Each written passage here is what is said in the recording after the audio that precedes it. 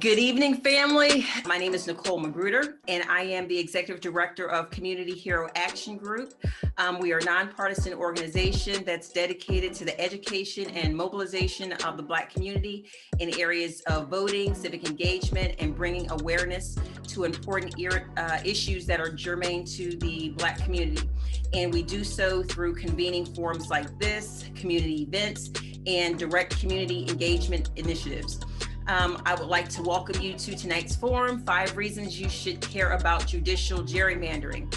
And I do want to extend a special thank you to all of the leaders of the Black community who have agreed to partner on this forum and to take this important information back to their respective groups. Specifically, the Norristown NAACP, the Cheltenham Area Branch NAACP, Grown, community pioneer and activist Linda Fields, and the Williamsport NAACP, and also the Pottstown NAACP. And if any of today's leaders who are on would like to say a few words, feel free to unmute yourselves, introduce yourself, and you can say a little bit about your organization. So we'll go ahead and start with Mr. Graham. Oh, well, I'm just going to say a couple of, first of all, Nicole, thank you for organizing this and putting this forum together. The Cheltenham Branch NAAC thinks that this is such an important issue to be discussed, and especially with the community of African Americans, because we are really not that familiar with gerrymandering, and especially judicial gerrymandering. So I just want to applaud you for putting this together and thank you for having us, but we are looking forward to making sure that this messaging gets out. And thank you to Ms. Kenner for all of the hard work that you have been doing statewide. So just thank you. Thanks, Eddie. Donnell, did you want to say a couple of words before we get started? Sure, thank you, Nicole. Thank you for this opportunity. For those that I don't know, my name is Donnell Drink, and I'm a co-founder of Grown. And Grown is an acronym for Gaining Respect Over Our Worst Nights. And this subject is extremely important to me personally, as well as my membership, because we're a Justice Impact led organization. Me and my co-founder served a combined 52 years of incarceration time. So when we talk about prison gerrymandering, it affects us personally, as we are still on account in some institution somewhere and not in our home city. I'd like to thank you for this opportunity, and I look forward to working with everybody. Thank you, Nicole. Mm-hmm. Thanks, Donnell. Angelique. I just want to say thank you, Nicole. I am also, I should disclose, a member of Community Hero. So on behalf of them, I want to thank everyone that's here tonight.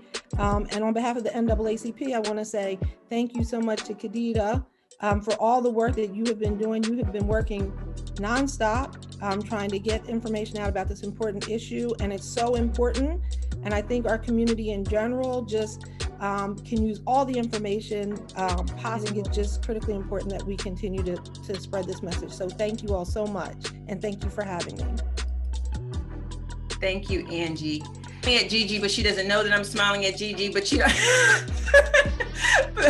but that's okay. I'm not kidding, but we do post on our, I'm from Pottstown NAACP, and we're trying to educate our members as well on this issue. So whenever we have the opportunity to post about forums that people can join in on, we do. Okay, great. Thank you. Thank you. It's nice, short and sweet. Is there anyone else who just wants to say a couple of words before we kick this off? All righty. So, thank you, all the community partners that are here, and I should say leaders, because it's very important that folks hear the message from those folks that they trust, the trusted messengers in their community. So we are pleased to have Kadida Kenner here tonight. She is the campaign director of Why Courts Matter, which is a coalition of organizations and advocates who have come together to ensure that our federal courts work on behalf of all Americans in keeping with core constitutional values of liberty, equality, and justice for all. Kadida is also the director of campaigns for the Pennsylvania Budget and Policy Center, which does policy research and analysis, advocacy, and mobilization to provide economic equality and help everyone thrive: white, Black, brown, women and men, immigrants, and native born. And basically, she's just an all-around accomplished, phenomenal leader, and not just in the Black community, but period. So we are very honored to have her here today. Kadida will unpack House Bill 38 and explain why it's of vital importance to our community, and also to be aware of its potential impact on the Black community and the Commonwealth as a whole. She'll answer any questions that you may have about the bill and how you and your organization can take action at the end of her presentation. So again, I thank you all for attending, and Kadida, I will hand this over to you. Thank you so much, Nicole. Thank you for the invitation. Good to see friendly faces here. I even have two of my colleagues from the Pennsylvania Budget and Policy Center joining today. We can't get enough of this. All right, so let's get started here. I have a PowerPoint presentation for you, but I don't like to really rely on that so much because I like to turn that off and look at you and have a conversation. And you always know how I'm feeling based on my facial expressions. So I like to see your facial expressions as well. So I'm going to pull up the PowerPoint, and just to get an idea, so I understand we got Pottstown, NAACP, and a couple of other NAACP branches here today. I can say I'm a proud member of the Harris, and that Dr. Oh my God, what's slipping me now? Duvall Flynn, Dr. Joan Duvall Flynn is a board member of mine. And she's a board member of our parent organization. And so she's been very helpful. And I know that she was past president of the conference. So good to see you out there today. So I'm going to pull up this PowerPoint presentation and get this thing started. Before I do, I just want to get a basis of where you all are on the courts. Like, if I'm asking you if you need a 101 or 301 or you're 1000 level, where are you? Where are you on courts? I know we have an Esquire here, so I don't have to go there. But who needs the 101 tonight? Anybody need a 101? And no shame and no judgment. Anyone need the 101? Are we like around the 301 level tonight? Kind of where we are? 301 level? Okay. All right, so they pull this PowerPoint up.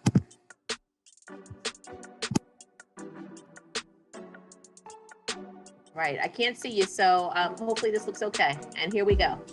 So as was mentioned, one of the campaigns of which I'm director of is the Why Courts Matter campaign. And this one originally started off as a federal campaign where we're just trying to fight back against the Trump administration's problematic judicial nominees.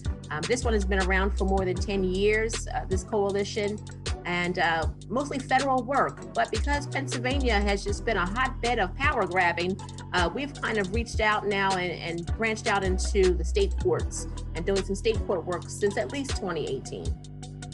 So I do want to just give you a basic, 101 here with the judiciary, just so you can see the hierarchy, and we can talk about the kind of functions that they have.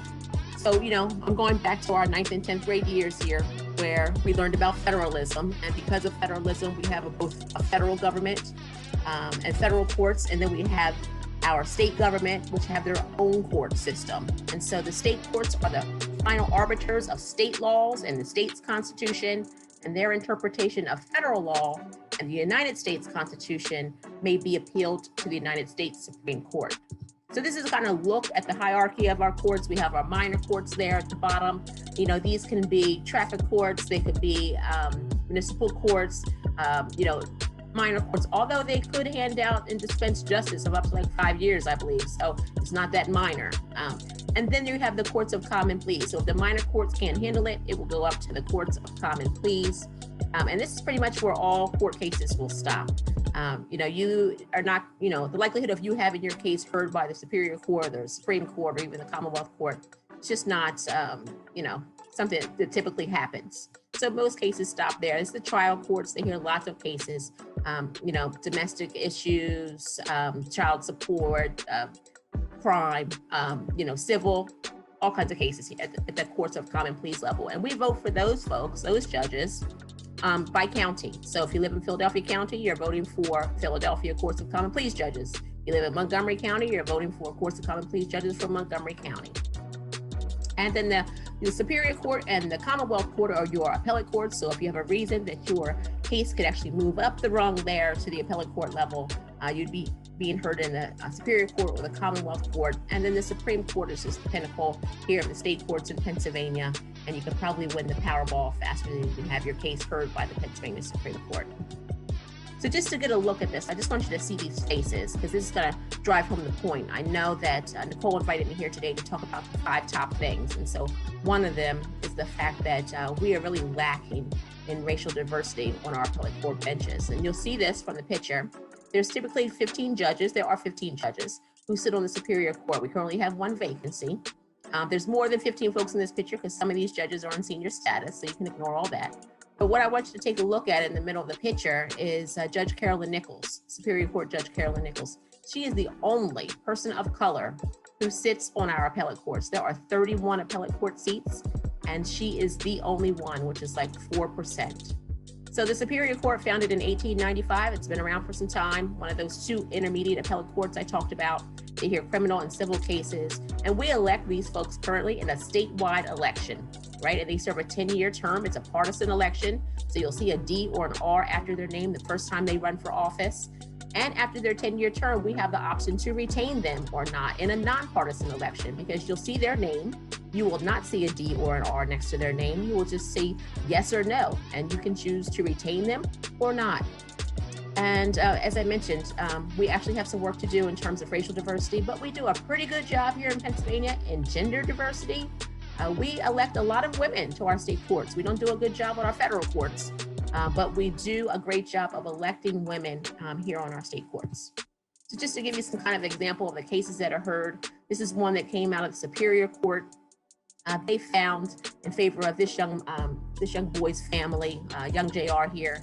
He was shy of his 14th birthday when he was killed by a friend after unloading the clip of his father's handgun, shot JR and killed him. The Pennsylvania Superior Court found that the Federal Protection of Lawful Commerce and Arms Act to be unconstitutional, which allowed for JR's family to seek accountability and justice for his death. This is out of Westmoreland County, and his case went up to the Superior Court. This is a good look at the Commonwealth Court. This is uniquely Pennsylvanian. You won't find this in other states. Founded in 1968, it is the other of the intermediate appellate court alongside the Superior Court. Again, we elect these folks in statewide elections for 10-year terms. It's a partisan election. There are currently 7 Republicans and 2 Democrats. There are 9 judges who sit on this bench. And you can see here more women than men on these benches. And they hear cases only of state government and government agency. Here's a case that was heard here. We have Miss Lorraine Hall. She is from Philadelphia. And remember back in 2019 that we had an opportunity to vote on a ballot referendum question about Marsy's Law, that crime victims bill law. Well, Miss Lorraine, she lost both her brother and son to crime. She's gone through the criminal justice system herself. And she is someone that when the 2019 election came, she couldn't vote for parts of that amendment. If you remember taking that vote a couple of years ago, there was a lot going on with Marsy's Law. There were some things that we agreed with, some things that we did not agree with. And because there was so much going on with that referendum, the Commonwealth Court actually ruled it unconstitutional and invalidated all of our referendum votes. I'm saying that the law tried to change too many things at one time. So I'm sure that this will be appealed up to the Supreme Court. And here it is, the Supreme Court of Pennsylvania. Fun fact, it is the oldest appellate court in the nation, founded in 1722. There's 7 justices who sit on the Pennsylvania Supreme Court, as you can see, 4 men, 3 women. So again, good job with the gender diversity. They serve again 10-year terms. We elect them in partisan elections. And this is the only court that leans Democratic, 5 Democrats and 2 Republicans. A fun fact here, another one. The gentleman in the center is Chief Justice Saylor. He's actually retiring soon, and that's why we get an opportunity to vote for another judge in this coming election. And he will be replaced as Chief Justice by the woman to his right, Deborah Todd. She will be the first woman in Pennsylvania history to be the Chief Justice of the Pennsylvania Supreme Court. And another example of the kind of cases that are heard, this is Kiera Tucker out of Delaware County. And like many folks out here who sent away for a mail-in ballot, she did not get hers back in time. And so she had to vote with a provisional ballot because we're always told never to leave the polls without voting. And so she did vote with a provisional ballot, and she got a letter in the mail telling her that her vote was being challenged. But we all know all the litigation that happened this past election. The Pennsylvania Supreme Court ruled that her vote should count. They rejected attempts to contest those provisional ballots, those mail-in ballots. Maybe if there was a naked ballot, remember hearing that, naked ballot, or maybe didn't have a date, etc. So Kiara's ballot and voice was heard and protected by the Pennsylvania Supreme Court. I show you this one here. You know, I'm today with the NAACP and others, and so I like to pop this one up sometimes. And we know that this is Meek Mill, rapper Meek Mill there on the right, and the judge that it's kind of made his life a little difficult, you know, in terms of him working and serving probation and everything he's gone through in terms of that. And I bring this one up to say is that, you know, I talked about retention voting and the fact that we have the option to retain judges or not. This judge is actually up for retention in 2023. And so I wondered to myself, what will Meek Mill do about that? Will he vote to retain her? We have that ability here in the state of Pennsylvania, one of only 8 states in the country that actually elect our judges. So you have the opportunity to elect a judge that would potentially, you know, be sentencing you or, you know, dispersing justice on you. So just something to think about. All right, so I'm coming here towards the end of that because I want to talk about this House Bill 38 and why we need to care about that. And we're going to dig deeper into House Bill 38 and what that's all about. But it is about protecting our courts. And so we'll talk about that in a second. But when we talk about the courts that we want to protect, you know, obviously the day someone's in a courtroom is either maybe the best day of their life or it's the worst day possibly of their life. But we know what it means to have a judiciary that's independent, to be fair. We want just courts, we want fair courts. And so in order for our judiciary to be independent, we need to make sure that the judges and the courts are impartial, that they're free from conflicts of interest and undue influence, that they're ethical, that they follow clearly defined rules of behavior, that they're fairly selected in a process that's fair and impartial. We have that process currently in the state. We need to make sure it's insulated from any political pressures. We don't need outside branches of government interfering. That is transparent, that it operates with full disclosure of a judge's financial obligations and ties and interests that may influence this judge's decisions, and that they are evaluated and monitored, that performance is regularly evaluated by a neutral, nonpartisan, non-interested group. That they're resourced. I come to you today as the Director of Campaigns for the Pennsylvania Budget and Policy Center, and I know, and you know, that when we have a gap in our budget, what does the state of Pennsylvania do? We cut funding for our schools. Maybe we cut social safety net programs like SNAP. Well, we can't do that and we shouldn't do that. And we should also make sure that our courts are publicly funded and fully funded and protected. And the last here is discretion. We want to make sure in order to have an independent judiciary and hold them accountable, we need to make sure that judges have the ability to make appropriate decisions, accounting for specific circumstances like sentencing, bail, and early release. So I have I'm going to take us all back because this is the train the trainer. I know I'm training you all here to take this back into your branches and your communities to talk about this. And so if I'm trying to break down what House Bill 38 is all about, I can show you better than I can tell you. And so we have a Schoolhouse Rock-esque video to show you. It's a 2-minute long video just to explain what House Bill 38 is all about. And I know we're talking about, you know, gerrymandering here in this situation, and there's all types of gerrymandering in the country, right? So there's political gerrymandering, there's racial gerrymandering, there's prison gerrymandering. Well, I'm introducing you today to judicial gerrymandering. Hey, Pennsylvania. You know how we've been fighting gerrymandering? Where politicians draw legislative maps that give them an unfair advantage and take away democratic power from voters? Well, those same politicians want to do the same thing to our judicial elections.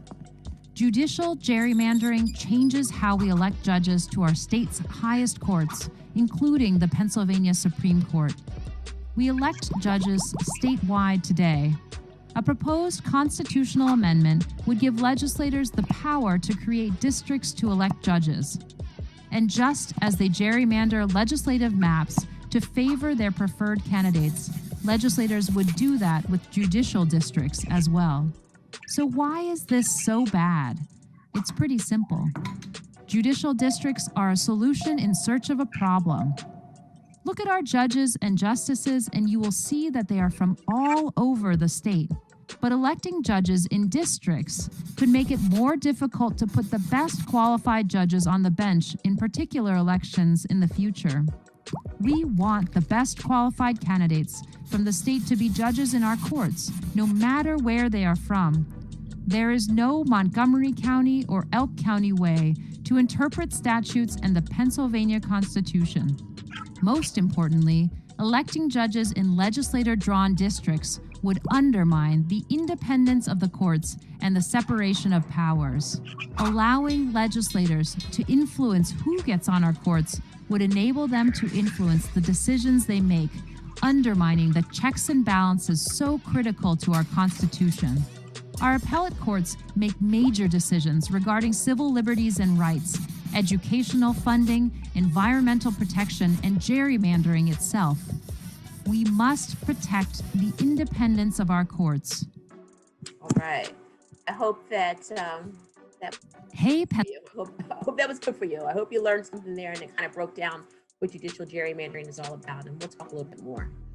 But before I take this PowerPoint down, these are the kind of things I want to talk about, with you face to face, which are the attacks on democracy here, and that's a small d, democracy, and the independent judiciary from a historical perspective and what's happened recently here in Pennsylvania.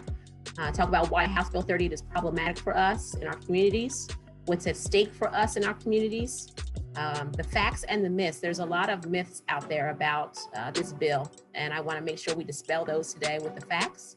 And then where this bill is currently, what's happening with it, what do we see happening with it? And then finally, a call to action, because as my man, Bayard Rustin said, that the proof that one truly believes is in action. So we need to make sure we're doing something about it. So I want to show you some graphics here before I take this down, because I want you to get a good look at this, because this is how I'm feeling about this House Bill 38. I don't know, this is from the 50s here. This is billboards that went up along highways, wanted to impeach Chief Justice Earl Warren of our United States Supreme Court because his court was overturning lots of Jim Crow, and that did not make some folks happy. One of those being Brown versus Board of Education. That came out of this court, ensuring that, you can't have separate and equal. And so because of those decisions that were coming out of Earl Warren's court, organizations such as the John Birch Society, if you can Google those folks if you like, that's an interesting read. But folks like the John Birch Society and others plastered these billboards all over the South, particularly. As you can see, there's a Confederate flag in one corner and the American flag in the other. And this is in the 50s here. And they wanted to impeach him for the decisions that were being made in his courtroom. And I show you this picture to show you this next picture, which is here in Pennsylvania, just 2018, February of 2018. Pennsylvania had legislators who wanted to impeach our Pennsylvania Supreme Court justices based upon the decisions that they were making. If you remember what happened in 2018, we had very unfair congressional maps. Our 2011 congressional maps were unconstitutional. They were gerrymandered in the worst way possible, in the worst gerrymandered maps in the country. And so the Pennsylvania Supreme Court overturned those maps and ensured that we drew new maps.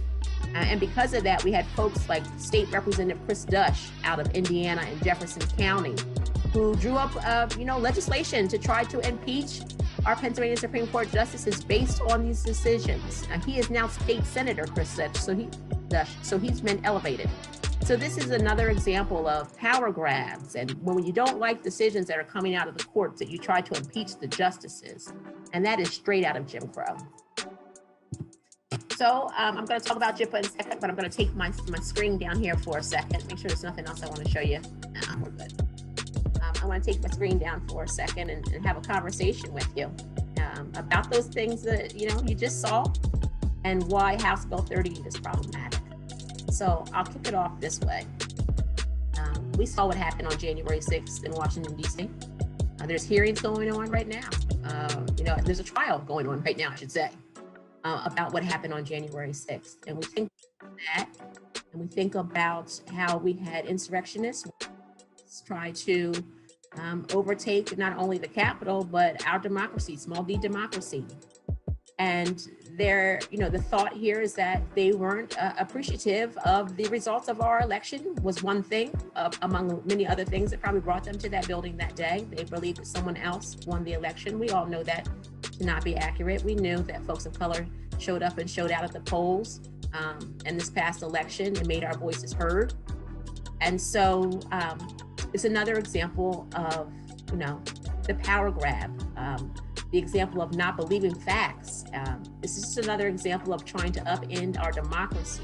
And this is kind of what is happening here in Pennsylvania, because if you remember, we have a state senator here who was helping to fund that insurrection, who currently still sits in Harrisburg, right? And so if we're going to allow that, imagine the types of legislation and things that they want to move through the halls of Harrisburg unchecked. If they can have a court that's very favorable to them. And right now, the Pennsylvania Supreme Court has not been favorable to that nonsense. So this is a checks and balances issue here. We have three separate co-equal branches of government. And when we don't sometimes have love for the executive branch, our governor or our president, or if we don't have love for the Congress, and our state reps and senators that are part of the legislative branch, it is that judiciary branch that we have some kind of affinity for. We have some kind of love for the judiciary branch because we know that's where people go for justice.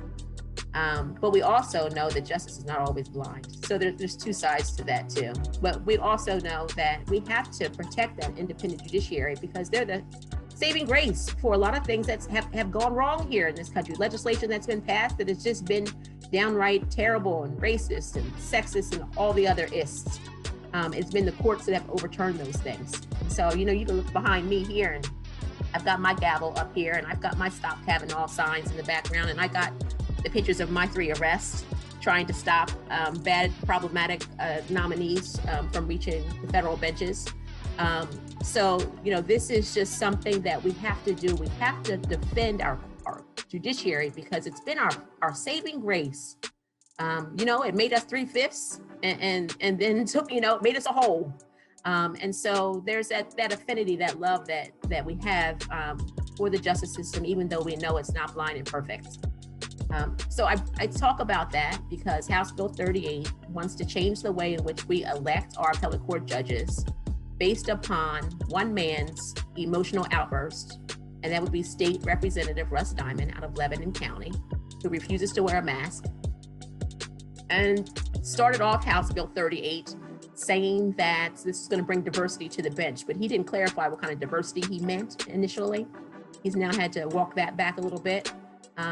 He wants this to bring regional diversity to the bench. He feels as though there's too many folks in Philly and Pittsburgh sitting on the bench, and he wants to make sure that all those folks in the center of the state, that T area, have a shot at sitting on the Pennsylvania Supreme Court. And so I'm here to tell you saw that little explainer video. Our judges on the Supreme Court, Pennsylvania Supreme Court, come from all over the state. If they were even born in the state, or if they were even born in this country. So we have our Supreme Court with folks that, yes, on our Supreme Court, it's heavily Pittsburgh and Philly. But it is the final arbiter. And most folks, when you're graduating from college or, you have aspirations of becoming a Supreme Court justice, you're probably going to live in those bigger urban centers because you practice law in those areas, or you were a common pleas court judge in those areas. And so you have the experience to make the Supreme Court. So to say that we have to have a judge out of Potter County or Forest County just because they're out of Forest County should tell us that that's an issue. We want the best qualified judge on the bench, not one just because they're from Forest County. And also, geography is not a protected class like race and gender is. So, there's just no good reason for us to change the way in which we currently elect our appellate court judges. You should also know that 22% of all Pennsylvanians live in Philadelphia and Pittsburgh. It's where most of Pennsylvanians live. And 30% of our appellate court judges, those 3 courts, are from Philadelphia and Pittsburgh. So that's not bad parity, right? It's not an oversampling of judges coming out of that area, sitting on our appellate courts. It's the Supreme Court that Russ and others have a problem with because of the decisions that have come out of that courtroom. And as you saw from the numbers I showed you, it's the only court that swings, towards the left. The other is a 7-7 split, and the other is fully in control by Republicans. So they're going to make those courts collateral damage because we're going to have to break those up too by districts and vote for them. And not only is it the other courts that'll be collateral damage, it's us. They're trying to disenfranchise us. Currently, we can vote for all 31 of those appellate court judges. If Russ Diamond gets his way, we only get to vote for 3. 1 on the Supreme, 1 on Superior, and 1 on the Commonwealth. And if we're going to continue to elect our judges here in the state of Pennsylvania, if we're not going to have merit selection where the governor decides who the judge is or a commission decides who our judges are, if we're allowed to vote for judges here right now, I want to vote for all 31, not the 3 that Russ Diamond tells me and the maps that he's going to draw to determine where these judges live or disperse justice from. And if I'm someone who, had a case in Philly or in Pittsburgh, and I'm trying to appeal my case and take it up to the Superior Court because I'm trying to get out of Forest County, right? I want to see a judge who might possibly look like me and have some perspective that I care about. I don't want to have judges come from Potter and Beaver and, all these counties that, if we're being completely honest with ourselves, there's a large faction of Klan that lives in the center of Pennsylvania, right? We already know these facts. If I'm someone out of Philly and Pittsburgh, I want to have a judge disperse justice on me that understands my plight. And appellate court judges are not beholden to us as constituents. They're only beholden to the Constitution and the law. That's the other thing. When we talk about we want to see some diversity on the bench, and in terms of geography, you get that at the common pleas level. You want to know that you attend Sunday services with a judge or you belong to the same fraternity. Okay, well, you'll get that at the common pleas level. You get to know those folks. But these appellate court judges are not beholden to you. They don't need to have your regional flavor. They just need to make sure they're dispensing justice properly and following the Constitution and the law. So that's kind of some of the big takeaways that I want to present to you tonight. What's problematic about House Bill 38. I know Nicole said, what are the 5? So I'm gonna run it down, what we talked about. We talked about this being a paragraph. This is an emotional bill. It's poorly written. This bill is super poorly written because it came out of Russ Diamond's emotions to try to fight back against a court that he sees is unjust. And so the bill has no legislative companion that makes any sense. We don't know how they're going to draw up these lines. We don't know what happens to the judges who currently sit on the benches. Do the judges who live in Dauphin County, the 3 of them from the appellate courts in Dauphin County, do they need to move to another county to continue on? How does that work for retention voting? When does this take effect? All of this is just not in this bill because the bill is poorly written. The paragraph, the bill is poorly written. Our courts, our judges our appellate court judges are not beholden to us as constituents. There's no geography, that's not a thing. They're not beholden to us, they're beholden to the Constitution and to the law. And then this is an opportunity to disenfranchise us. It's an opportunity to disenfranchise us the way they wanted to do in this past election by making it very difficult for us to vote in the middle of a global pandemic. This is another way to take away votes and change the way in which we currently elect our appellate court judges. And then the last thing is that this is going to do nothing to put racial diversity on the bench. You saw that graphic. 1 judge in 31 is a person of color, 4%. The 2 states that vote for their judges this way, Illinois and Louisiana, 2 states that have a population that's greater than 40% people of color, they still have not seen more than 1 judge at a time sitting on the bench that's a person of color, if at all. This does nothing to help bring racial diversity to the bench. It won't help gender diversity either. We do a good job as it is right now when we elect women statewide, but if we change this, the center of the state particularly will see less women judges on appellate courts because these appellate court judges come from the lower courts. They come from the common pleas courts. And because the center of the state does not do a good job of putting women on the common pleas courts, it's going to be a harder time for women to actually rise up and elevate into the appellate courts coming out of the center of the state, because apparently that's pretty much where these judgeships are going to live. They'll have a judge in Philly and a judge in Pittsburgh, and then the rest of the center of the state's going to have like 4 or 5 of the Supreme Court judges. And so it's not going to bring that diversity that Russ Diamond initially talked about. So that's kind of, where we are. There's other things that I can talk about here, and I want to open it up now to some questions. And I know the Esquire had to leave. I know Eddie had to leave for another meeting. So that's good. Might be had some really tough ones for me. So anybody have any questions for me tonight? Kadida, one was submitted. So playing devil's advocate, are there any good aspects of the bill? I got this question last night, and I think Angie saw me answer that question. And I'm like, I have to stop laughing to even, no. No, you can meme that. There is nothing good about House Bill 38. And this is how we know this. Russ Diamond is the only person that has come out in public to speak up on behalf of House Bill 38. Not one organization in this state has issued a statement in support of House Bill 38. Yet, the other JIPA logo I showed you earlier, Judicial Independence Project of Pennsylvania, it's a table of more than 125 organizations, all on record as saying that this is a problematic bill. And we're folks that always agree on all the issues, but we formed to fight back against House Bill 38 only. And we're organizations that, maybe some of us want merit selection and some of us don't.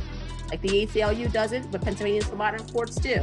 Maybe some of us belong to unions. Maybe some of us belong to environmental groups. And so we differ on some environmental topics. Maybe some of us are pro women's equality, and maybe some of us maybe not so much. But I can tell you that when it relates to House Bill 38, we all have come together to throw down to stop that thing from seeing the ballot. And we've done a great job doing that to this point.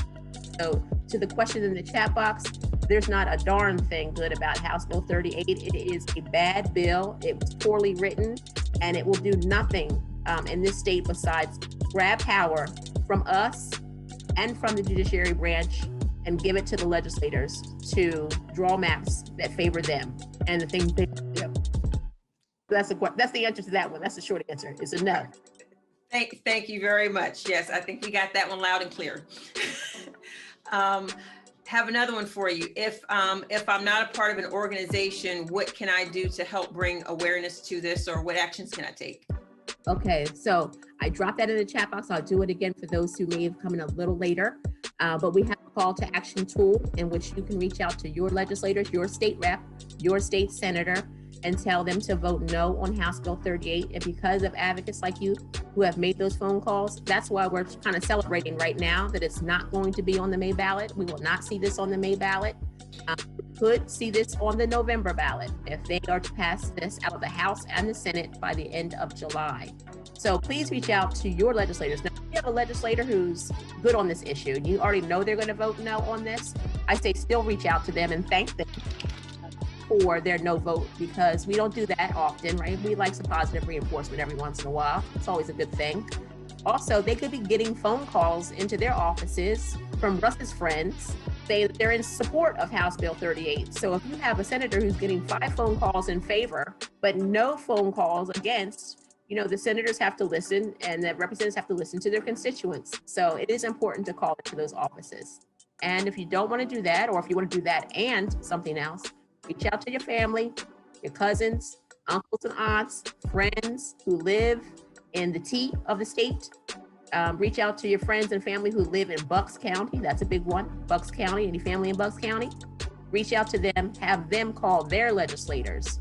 Because, a legislator who's not yours doesn't care what you have to say. They're not going to write down your information and tally that up. Now, the only exception to that is reaching out to leadership. So leadership is fair game because they're, making laws that's going to impact all of us across the entire state. So if you want to reach out to the speaker, if you want to reach out to the majority leader, you can do that too. And you should do that too. They need to hear our voices as well. All right. Thank you. Is there anyone else that had any questions? Because I had something else that I wanted Kadida to speak about, and that's the JIPA table.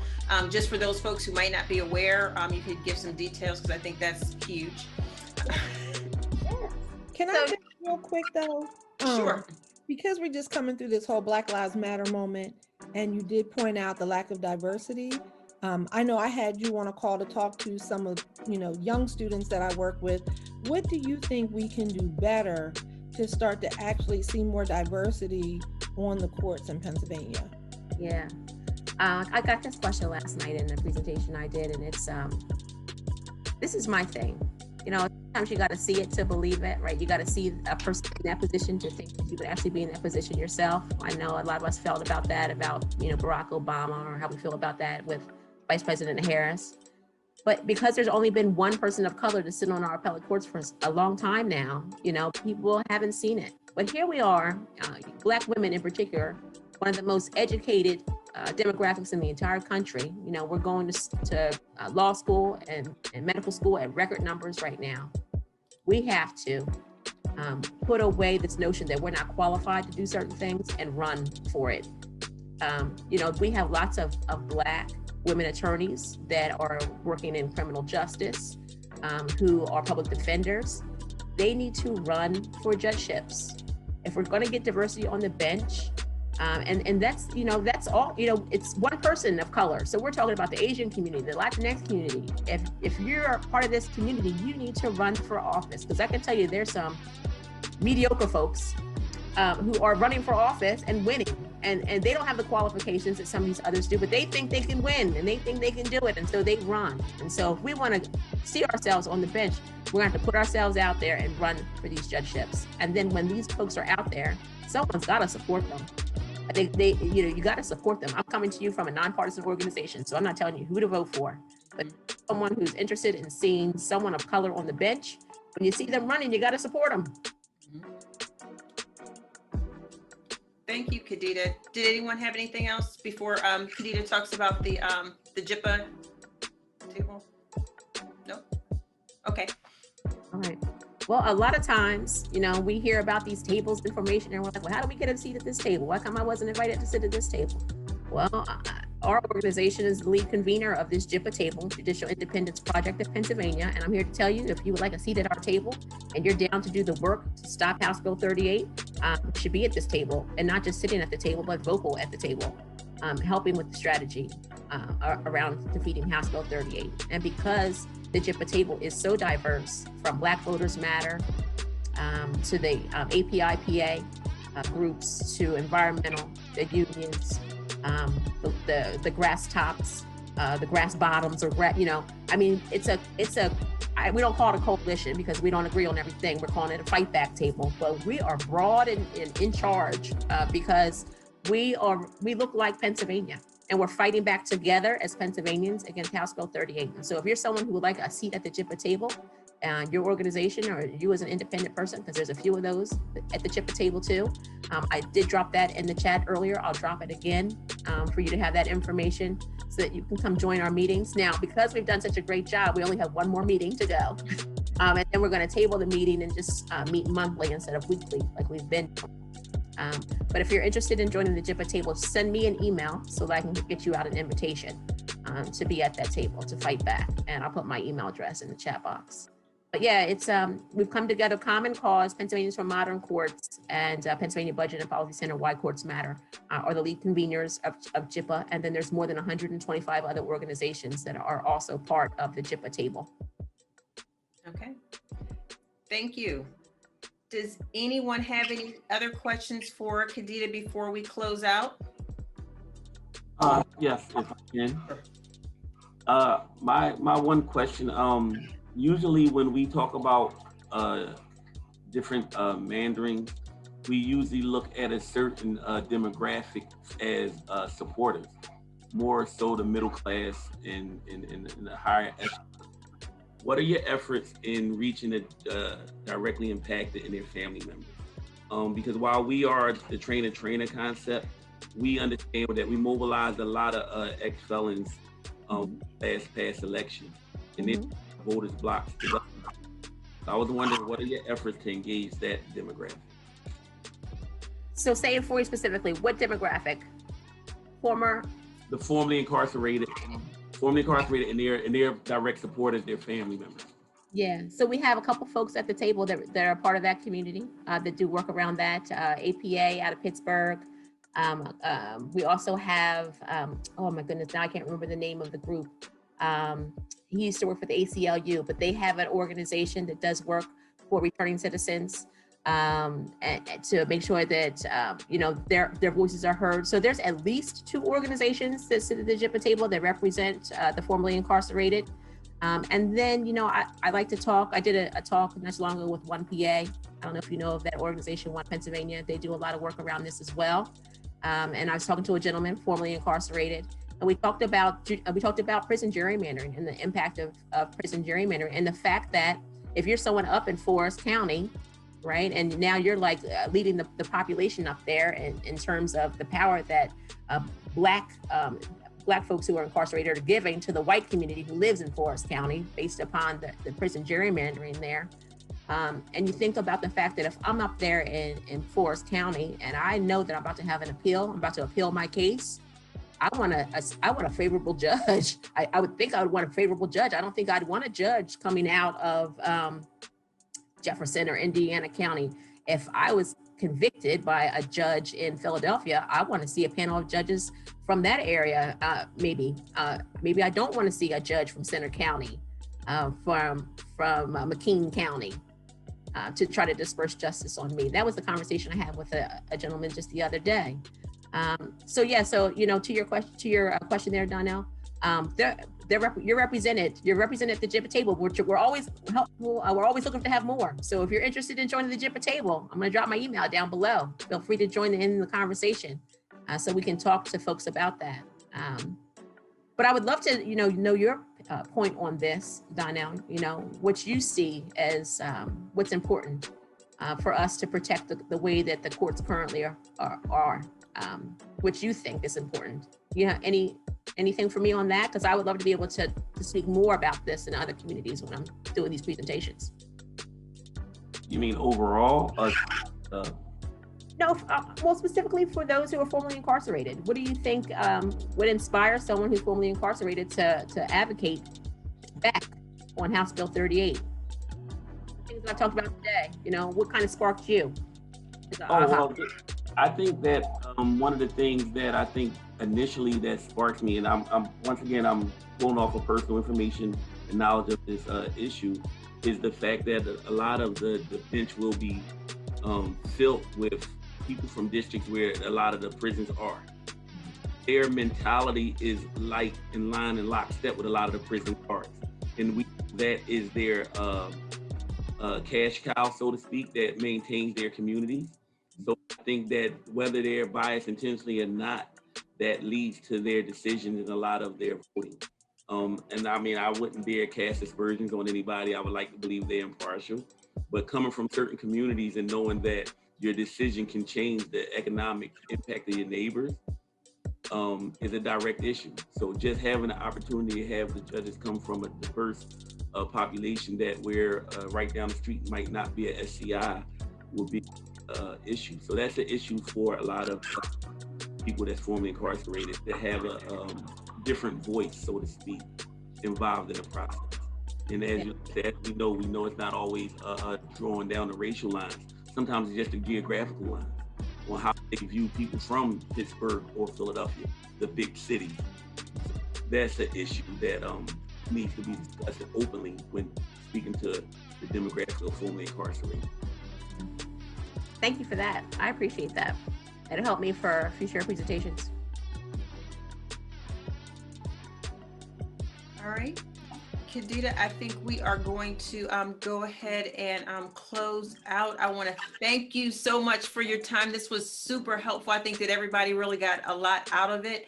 And like I said, this was kind of like, that train the trainer and, try to get those, a lot of the leaders that haven't been necessarily touched yet and heard about this, in a really comprehensive way. So I'm glad that, you gave us some of your valuable time tonight. And I want to let everyone know who attended.